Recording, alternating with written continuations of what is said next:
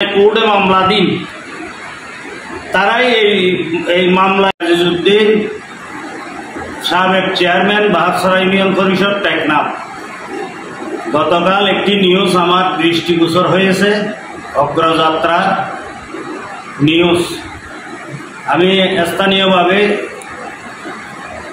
Local পত্রিকায় প্রতিবাদ দিয়েছি এবং যারা দিয়েছে তারা একটি ষড়যন্ত্রমূলক এই কাজটি করেছে। আমরা তাদের বিরুদ্ধে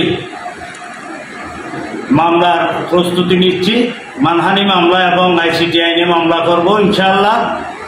যে 4 এপ্রিলের কথা বলছে, 4 এপ্রিল আমরা দুনু ভাই সৌদিতে অবস্থান করছিলাম, যার ডকুমেন্ট পাসপোর্টের এয়ারপোর্টের সিল সহ দিয়েছি, একটা কোর্টে আমরা সাবমিট করব। তাদের বিরুদ্ধে মামলার প্রস্তুতি নিচ্ছি। এটা স্থানীয় লোকাল প্রতিদ্বন্দ্বীরা মহিলাদেরকে টাকা খাওয়াইয়া এই কাজটি করেছে। আমাদের এখানে কোনো সম্পৃক্ততা নাই, আমাদের নামে কোনো ফিশিং বোট নাই, আমরা কোনো জায়গায় মালামাল পাচার করি নাই। আমরা সৌদিতে উমরা হজ করতে দুনু ভাই সৌদি আরব গেছিলাম, আমি আর রফিক। এগুলা একদম মিথ্যা, বানোয়াট, ভিত্তিহীন রাজনৈতিক হিংসা করার জন্য এগুলা এই অগ্রযাত্রা এই কাজগুলা করেছে।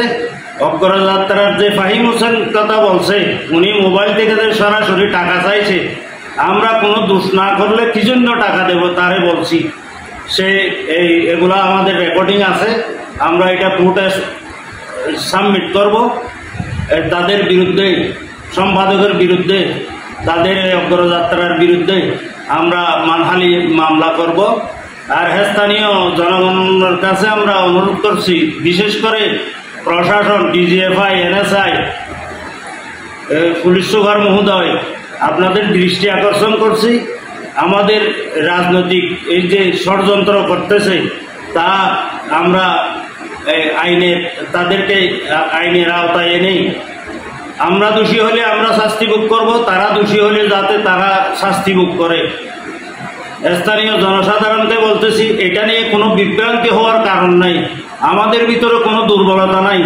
আমরা এই জঘন্য কাজ যেটার কথা বলতেছে সেটা আমরা করি নাই। আর মহিলাদেরকে টাকা খাওয়াইয়া স্থানীয় আমাদের প্রতিপক্ষ, যারা নির্বাচনে অল্প ভোটে, মাত্র 54 ভোটে হেরে গেছি, বর্তমানে পরিত্রাণ পাওয়ার জন্য এই ষড়যন্ত্র, এই জঘন্য কাজগুলো করেছে। ধন্যবাদ সবাইকে।